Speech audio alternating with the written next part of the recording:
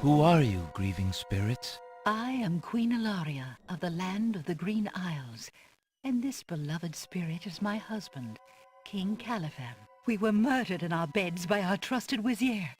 Like a viper, he snuck in during the night and stabbed us in our sleep. Now my husband's soul is broken, and he will not speak. Then you are the ones I seek. Are you not the parents of Princess Cassima? Our daughter! Have you news of the princess? I know that she is alive and safely back in her kingdom after being rescued from Mordak. But I'm afraid I have not personally seen her. Alhazred is keeping her in her room in mourning for you. I am glad to hear of her return, but she will not be safe alone with that devil. Oh, that we could be there to protect her. Cassima, how I fail thee. My poor husband will never rest while our murder goes unavenged and our daughter is in danger. I came to take you back with me. Your people are still loyal to you. They need to know about the Vizier. Cassima needs you too. But this is the realm of the dead. We cannot leave it. Nor, for that matter, can you. The only one who might be able to return us all to the land of the living is the Lord of the Dead. But he would never help us. He has no mercy. I might be able to convince him. I must try. Then take this. It is my ticket to the underworld. There you will find the Lord of the Dead. I cannot use the ticket as long as I'm chained here. And if we cannot be avenged, I will never be unchained. Thank you. Perhaps it will save us all. Be careful, young man. If you can ease my husband's torment and help our daughter, we will be most grateful. I will do my best. Goodbye, Queen Ilaria.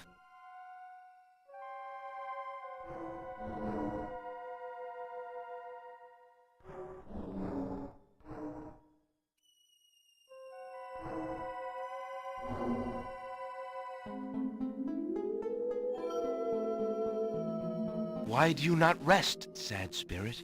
Rest? I cannot rest. My son is lost. Lost? You mean in this realm? No.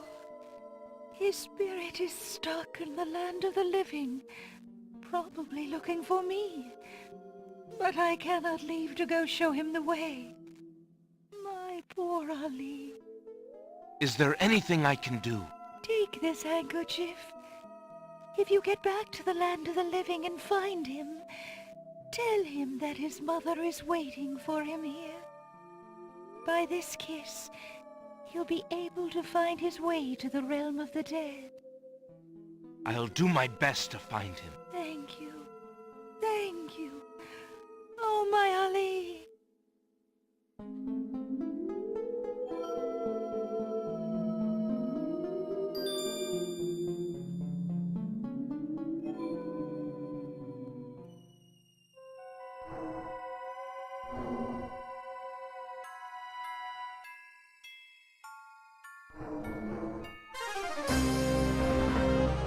The skeleton to the left of the path hands something to the spirits that approach the underworld entrance. Ticket, please. Next.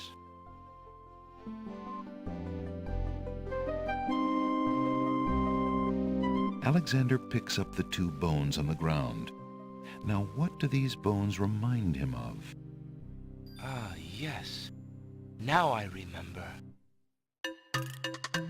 The skeletons are overcome with the musical call of the bones.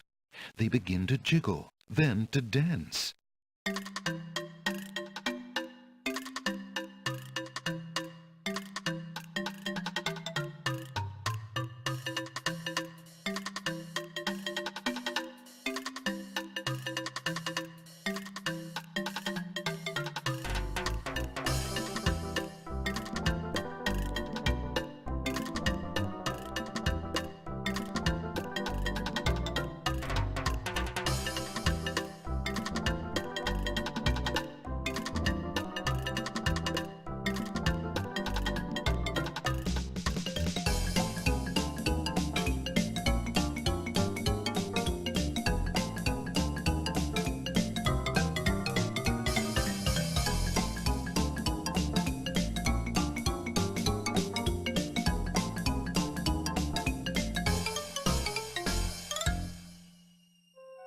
Alexander finishes his tune, and the skeletons resume their posts.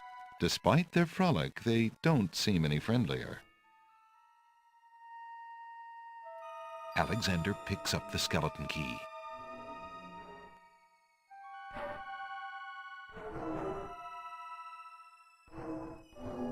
I have a ticket. Go on. Next.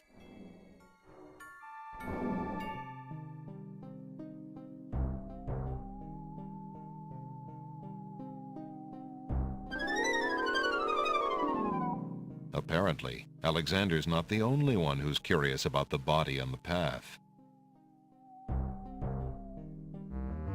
A knight's remains lie abandoned on the path.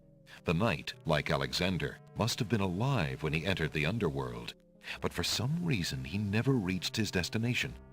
Alexander wonders if this is the knight the druids spoke of. Alexander takes the knight's black gauntlet and examines the writing on it. Flesh may cross the portal and seek its master, death. Flesh may go where death is trod, and challenge, like Scheherazade, he who reigns beneath the sod, to spare a mortal's breath. Zounds, that sounds serious.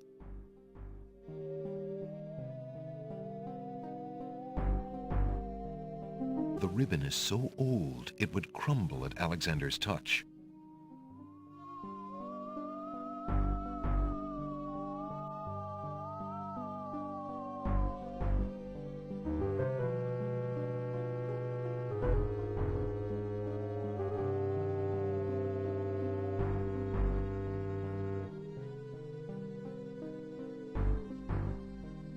Alexander scoops a little of the river Styx into the empty teacup, being careful not to get any of the black water on his skin.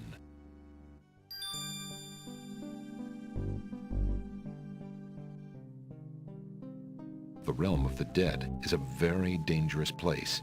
There's no time for that here.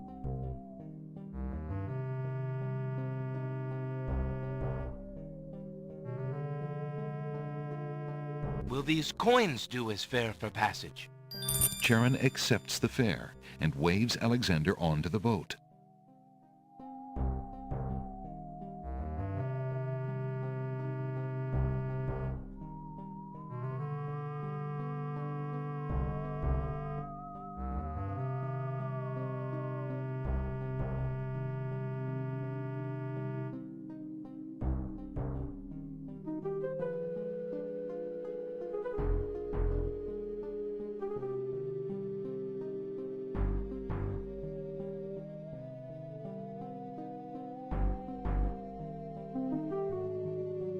Alexander reaches out to open the gate. Suddenly, the wood trembles beneath his fingertips.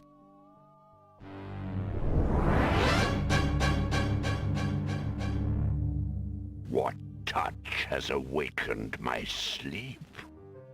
I smell the blood of a mortal. Reach out thine hand again, fleshy human, that I might devour it. It has been centuries since I last ate. Despite his fear, Alexander summons his bravest voice to command the living gate. I would pass, Gate. I have business with your master. My master and thine, human. I would be pleased to introduce thee. Only step forward and thou shalt meet him shortly. No, thank you. I come to meet the Lord of the Dead with my flesh still intact. And why should I let you pass, human, when I would much rather eat you? I have been told that there is a way for humans to enter Death's realm. There must be something I can do. Some task that will allow me to pass through your doors, Gate. I seem to recall something. A trick. Perhaps a test. Ah, yes. Should a human try to pass, a riddle is Gate's wont to to ask.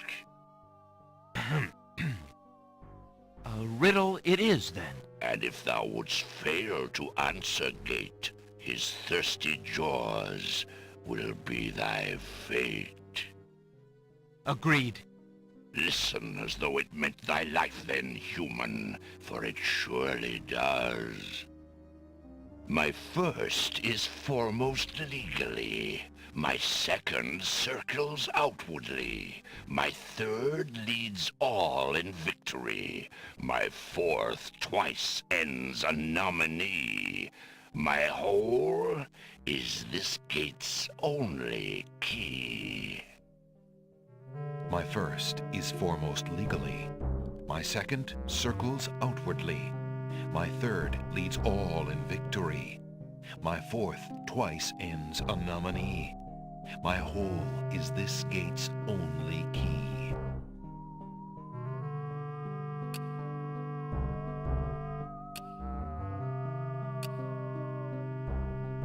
The answer is love.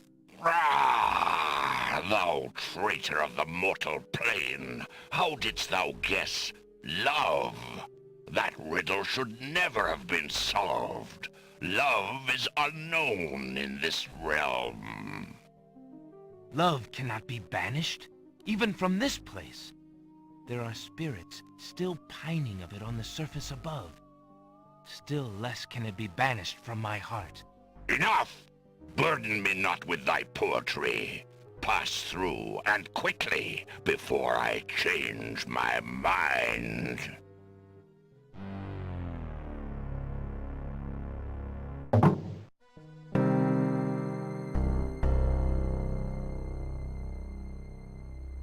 Excuse me, I'd like an audience, please. The shrouded guards escort Alexander to the throne of the Lord of the Dead.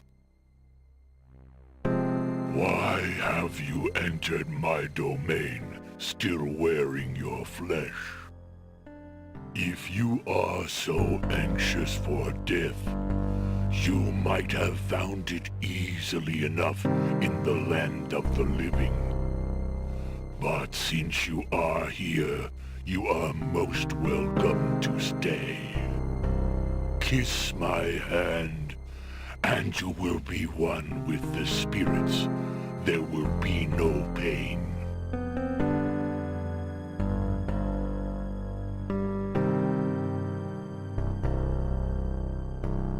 I did not come here to die, but to demand my right of challenge. I respectfully challenge thee, death, by throwing down this gauntlet. Man may pass the portal and seek its master, death. Man may pass where death has trod, and challenge like Scheherazade, he who reigns beneath the sod, to spare a mortal's breath. He has the gauntlet! Impossible! He challenges death. Who are you to challenge death? A man of flesh is all I need to be, my lord. And what is it that you seek with this challenge? The soul of some dead maiden? I seek the souls of King Califim and Queen Ilaria of the land of the Green Isles. You would save 2 human souls and emerge alive from this realm yourself? That shall be a difficult challenge indeed. The tomb does not open its doors lightly. Either all 3 of us leave, or none go. Very well.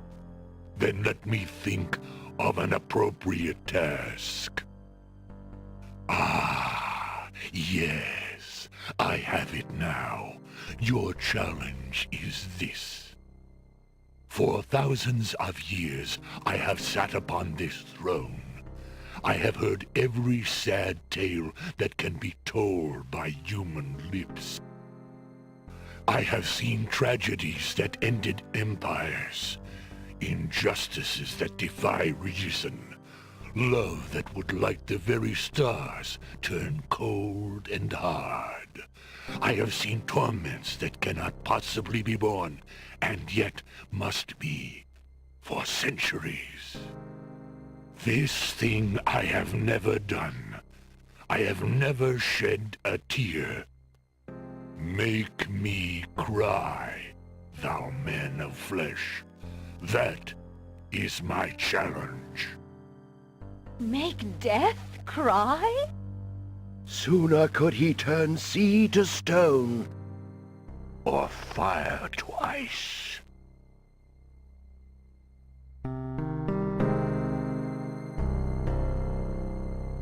If your existence has been all that you say it has, then truth alone shall be my sword. The mirror's surface swirls with darkness for a moment, then fills with images even blacker. Reflections of despair, of wailing souls, of shackles colder and more immutable than any forged by man, of a world of thirsts that can never be quenched. Alexander feels the mirror tremble in his grasp, and is glad that he cannot see its face. But the Lord of the Dead is transfixed to the mirror, to the screening of his life. Things long forgotten are once more uncovered. His enslavement to this throne while still a man, the years of watching misery and horror and growing ever more numb to it, the seep of his own humanity, the slow growth of a new thing altogether which became that which he is now. His is an existence that has no possibility of redemption, no end. The surrounding spirits draw away in pain. The truth is so sharp it stabs, so intense it sears. Take it away. Make it stop.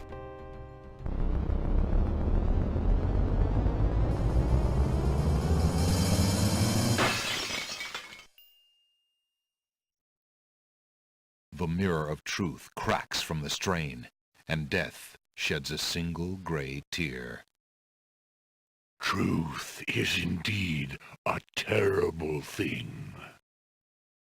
I have worn this mantle for so long, I had forgotten its dreadful weight. You shall take the souls and leave as I agreed. You have been granted to stay from this inevitable reality. I almost envy you. Find the souls he has claimed, and bring them to me. King Califim and Queen Alaria, I presume. Your hero has won you a few more years of mortality. May your souls be more prepared for their rest when you return. Thank you, my lord. I hope that they will. And you, man of flesh, my steed shall take the three of you back to the land of the living. Tell her where it is you wish to go.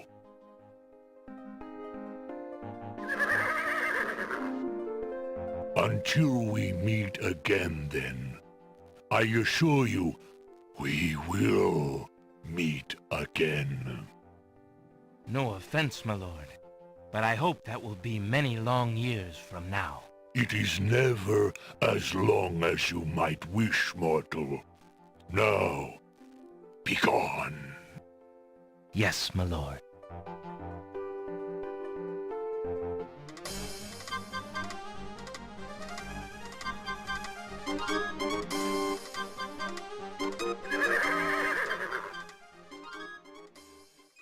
Are you coming, Majesty? Alhazred's treachery must be handled carefully, Alexander. Alari and I must go gather our allies and form a plan. Watch over Casima.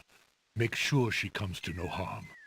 We will return as soon as we can to take back all that has been stolen from us. I will keep her safe until your return. Thank you, son. Your love for our daughter must be deep indeed for you to have undertaken death itself for our sakes. Indeed. May we succeed in what awaits us, and live long together as a family.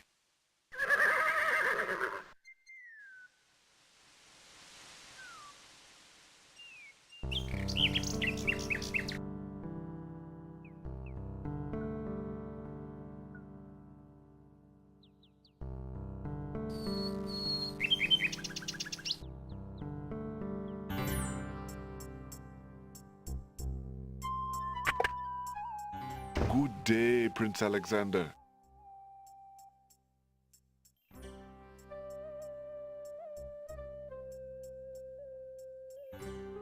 Alexander suddenly gets a very sneaky idea.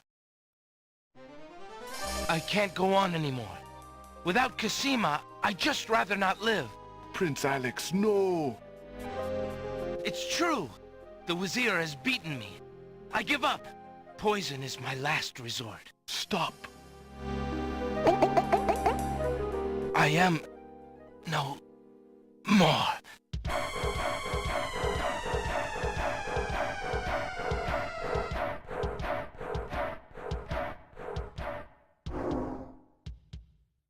Oh, what a waste. The poor young fool.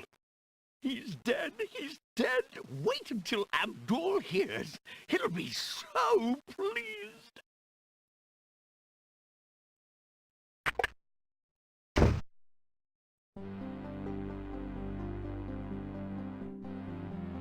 I told you not to pop in like that.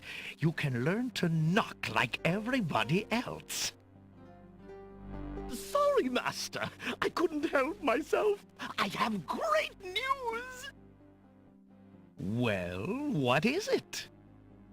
Prince Alexander is dead. He killed himself in despair over losing Cassima. What? Are you positive? That young man has proven to be most devious. I saw the whole thing myself, Master. He was really and truly quite dead. If what you say is true, it shall be most convenient. You've spent enough time on that little irritant. We must start thinking about the wedding. Anything, Master. Oh, I do love weddings. Well, we do want you to look your prettiest, don't we? Now, Shamir Shamazel, to the lamp with you. Prepare yourself as we discussed.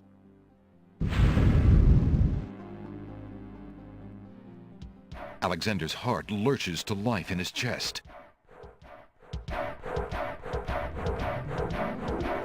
Prince Alex! But you were... Sorry, friend. I was doing a little acting, I'm afraid. Ah, of course, the strange cloaked man. You are quite clever, and a bit too exciting for an old man.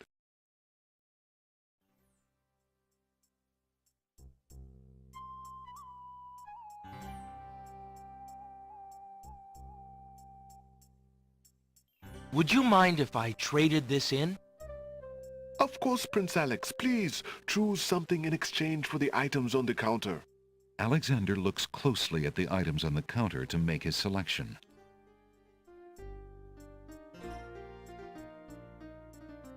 I think I'd like the painter's brush. Very good, Prince Alex. The painter's brush it is. May your painting go well. Feel free to bring back the brush at any time. Thank you.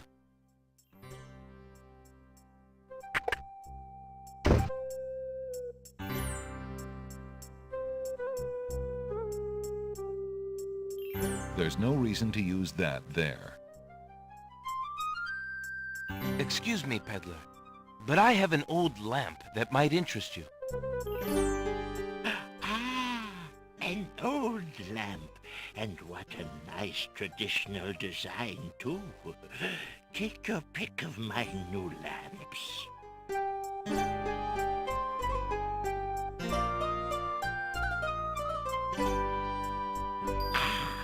A fine choice, my son. Here is your new lamp. Good day, and I thank you, sir. Good day.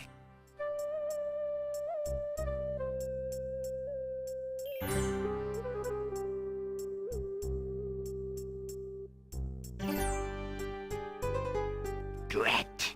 Another dud.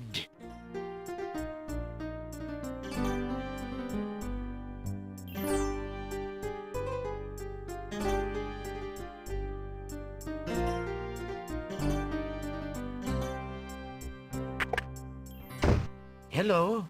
I will be right up. Now, what can I do for you?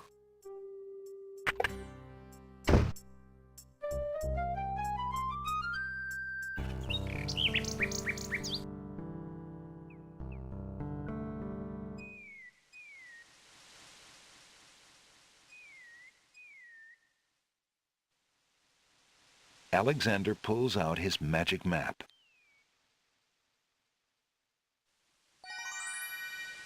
Alexander feels a strange pulling sensation.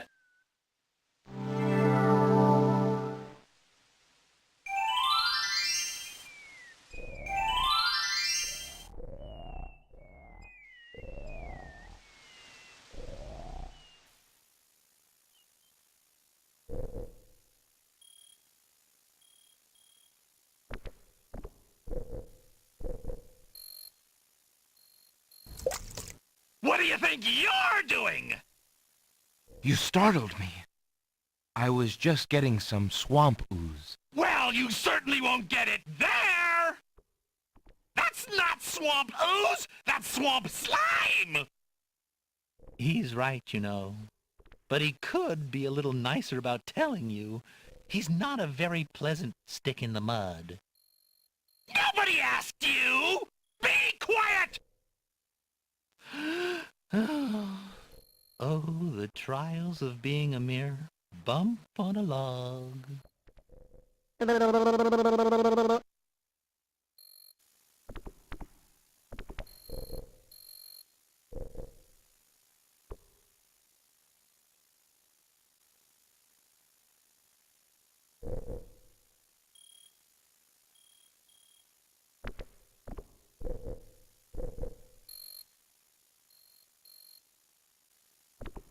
There's no reason to leave that lying about on a log. I thought this might come in handy the next time your brother starts picking on you. Aha! Finally, old Bump on the Log's not so defenseless, is he? Hey! Hey! What are you doing there? Watch the pulp, would you? Now, Bumpy, remember all I've given you! The only thing you've ever given me is mud. Take this! No! Not into the swamp!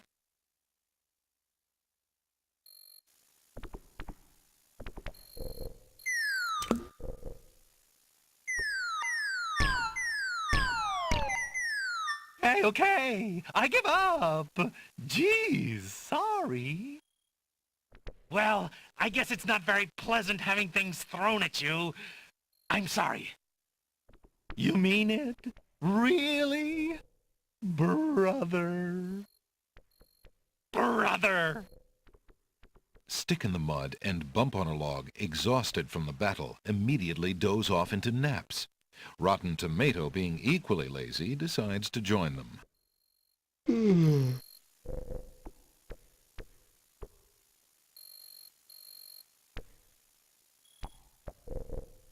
Alexander fills the teacup with the swamp ooze.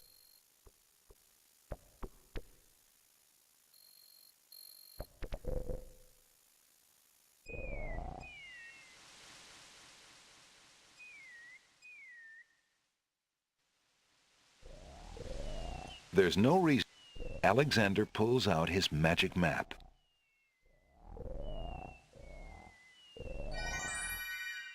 Alexander feels a strange pulling sensation.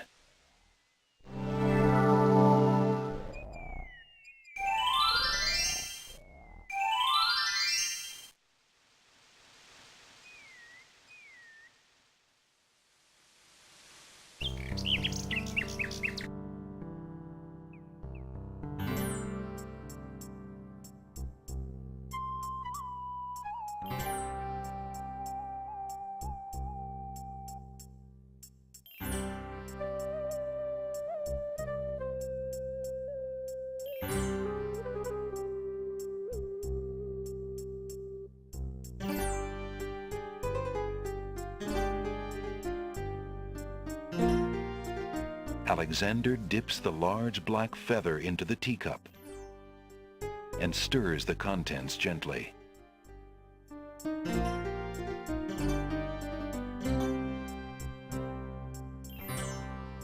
To his amazement, the jet black color of the feather slowly drains from end to tip into the teacup. The teacup mixture blackens and thickens to a paint-like consistency.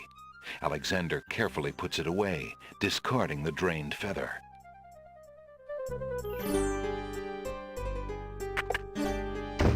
Hello. I will be right up. Now, what can I do for you?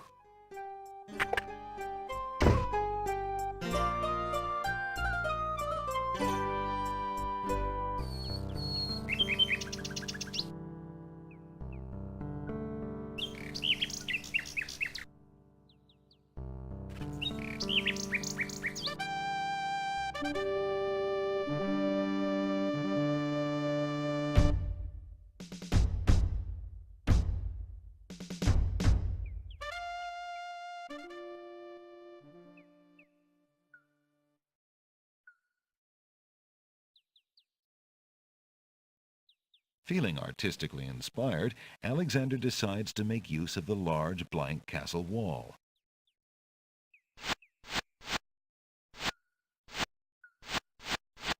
Ah, a doorway. Just what Alexander was thinking this wall needed.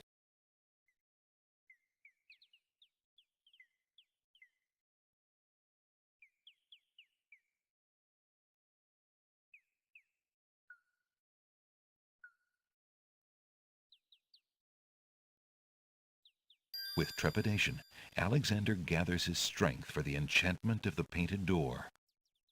Magic paint, black as ink, bring to life what I think, make it real what I draw, according to this spoken law. The spell worked.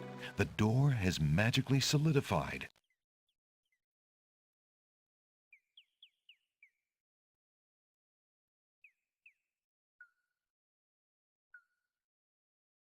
Eager to be inside the castle at last, Alexander opens the enchanted door and steps inside. The magic paint door fades back into the wall. So much for an easy exit. Alexander opens the dungeon door and slips inside.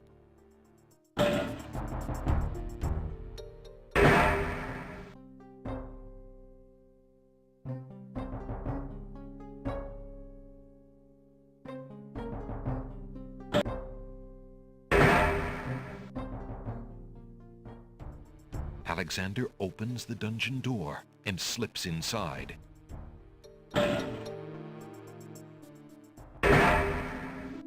Mother? Mother, where are you?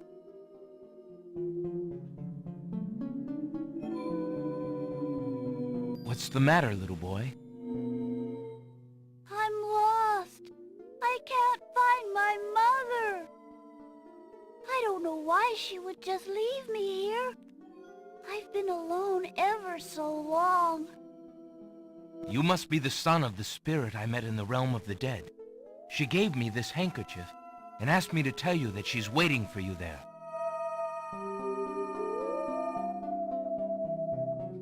It's Mama's. It even smells like her. I can feel her now. I know where to go. Wait. Before you go, is there anything you can tell me about the castle? I like to play in secret places. In the basement behind the Man of Steel, there's a door. Nobody except me knows it's there anymore.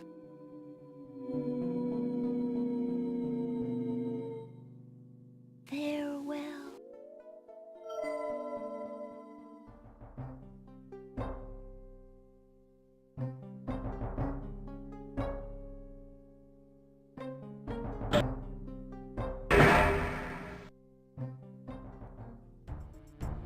Alexander doesn't see any way of opening that door manually. Since the door on the west wall has no visible knob or handle, Alexander decides to try to open it with his voice. He composes his words carefully.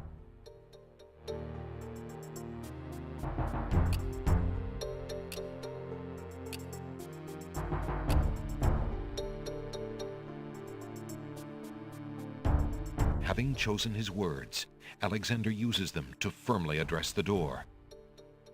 The door does not respond. Since the door on the west...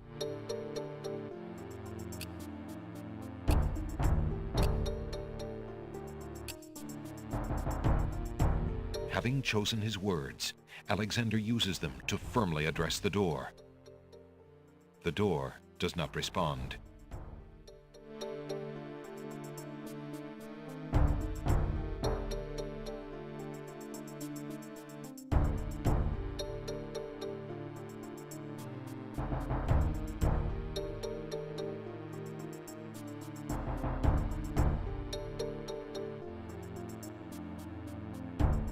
Since the door on the west wall has no visible knob,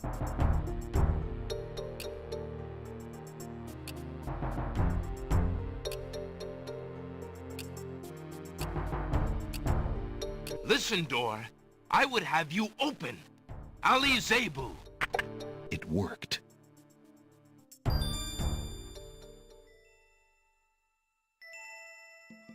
Alexander pulls the drapery aside, curious as to what might lie underneath.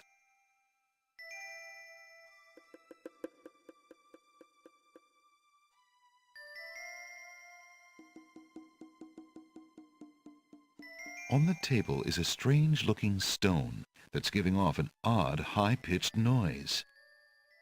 That must be the Isle of Wonders singing stone. Didn't the queens think that the beast had stolen it?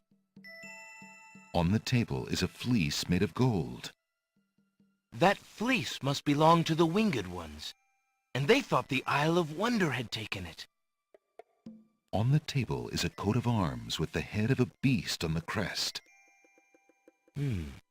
Beast said that his coat of arms was stolen by the druids. This must be it.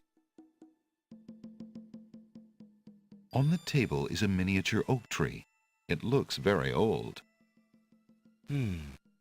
That must be the sacred miniature oak that the druids thought the winged ones stole. As Alexander looks at the objects on the table, he realizes the depth of the Wazir's cunning. It must have been the Wazir or an accomplice who stole that one thing most precious to each island, and then leaked rumors that one of the other islands was responsible. What did the Wazir have to gain by causing the islands to hate one another?